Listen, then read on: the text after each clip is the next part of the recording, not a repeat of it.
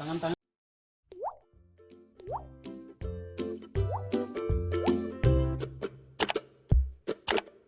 Merebaknya virus corona di Indonesia membuat para petugas medis menjadi garda terdepan sehingga diperlukan alat pelindung diri APD untuk mereka. Namun sayangnya, hingga saat ini beberapa rumah sakit di berbagai daerah di Indonesia masih kekurangan APD sebagai perlengkapan penunjang tim medisnya untuk bekerja melawan virus corona. Kekurangan itu pula yang terlihat lewat sebuah video yang saat ini tengah viral di media sosial, Senin, tanggal 23 Maret tahun 2020.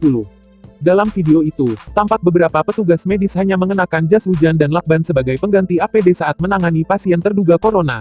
Menurut informasi yang beredar, peristiwa dalam video tersebut terjadi di Kecamatan Poasia, Kota Kendari, Sulawesi Tenggara pada Sabtu, tanggal 21 Maret tahun 2020.